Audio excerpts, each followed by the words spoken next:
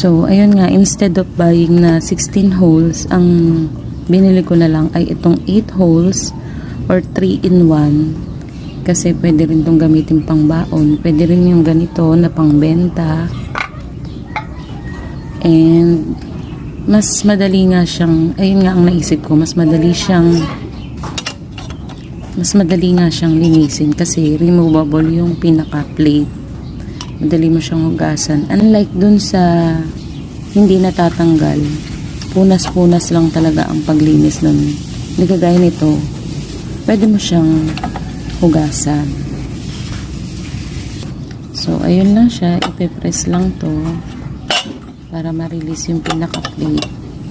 Ganon din yung sa upper part. So, testingin natin to.